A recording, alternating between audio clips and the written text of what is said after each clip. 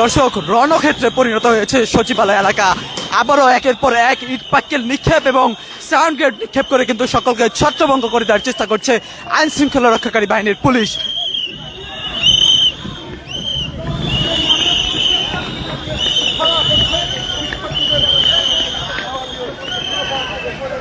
দর্শক, যেমনটি দেখছেন যে সচিবালয় এলাকায় একের পর এক সাউন্ড গ্রেনেড এবং টিয়ার গ্যাস নিক্ষেপ করে কিন্তু শিক্ষার্থী যারা ছিল তাদেরকে ছত্রভঙ্গ করে দেওয়ার চেষ্টা করছে। শিক্ষার্থীরা সচিবালয়ের গেট টপকে কিন্তু ভিতরে প্রবেশ করে সেখানে কিন্তু তারা প্রবেশ করেছিল সচিবালয়ের ভিতরে। এবং এখন যে পরিস্থিতি আপনারা দেখছেন যে এই মুহূর্তে যে সচিবালয় এলাকা কিন্তু সকলকে ছত্রভঙ্গ করে দেওয়ার চেষ্টা করা হচ্ছে, এমন চিত্র কিন্তু আমরা দেখছি।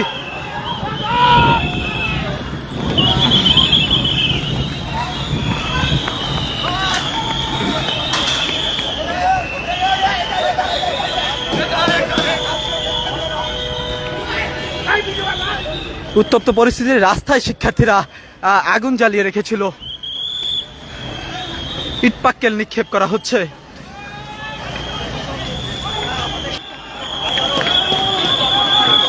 আরো একটি সাউন্ড গ্রেনেড নিক্ষেপ করেছে এবং সকলকে কিন্তু ছত্রভঙ্গ করে দেওয়ার চেষ্টা করছে। সরাসরি সম্প্রচারটি যেখান থেকে দেখছেন শেয়ার করে সকলকে জানিয়ে দেওয়ার সুযোগ করে দিবেন।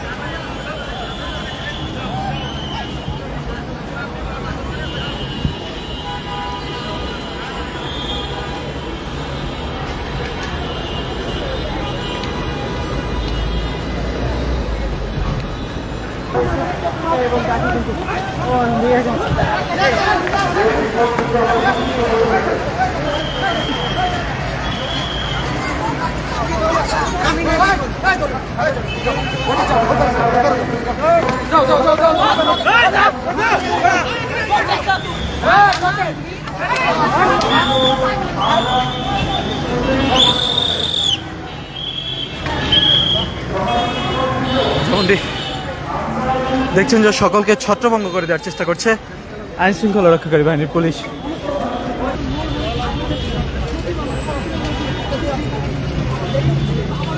এইচএসসি শিক্ষার্থীরা প্রথমে মাধ্যমিক ও উচ্চ মাধ্যমিক শিক্ষা ভবনের সামনে তারা অবস্থান করে সেই গেটটি ভেঙে ফেলার চেষ্টা করে। এখন আপনারা যেমনটি দেখছেন যে ব্যারিকেডগুলো দেখছেন সেই ব্যারিকেডটি ভেঙে কিন্তু তারা শিক্ষা ভবনে আসার চেষ্টা করে এবং শিক্ষা ভবনের সামনে কিন্তু একটি গাড়িকেও তারা ভাঙচুর করে এবং ভিতরে তারা প্রবেশ করে।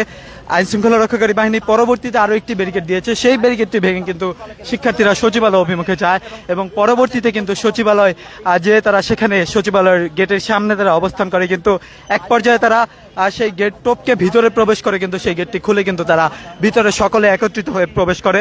পরবর্তীতে কিন্তু আইন শৃঙ্খলা রক্ষাকারী বাহিনীর পুলিশ তাদের বিরুদ্ধে অ্যাকশন নেয় এবং সেই পরিস্থিতি শান্ত করার লক্ষ্যে এবং পরিস্থিতি নিয়ন্ত্রণে আনার জন্য কিন্তু বেশ কয়েকটি সাউন্ড গ্রেনেড নিক্ষেপ করেছে এবং লাঠিচার্জ এবং টিয়ার গ্যাস নিক্ষেপ করে কিন্তু তাদেরকে ছত্রভঙ্গ করে দেওয়ার চেষ্টা করেছে।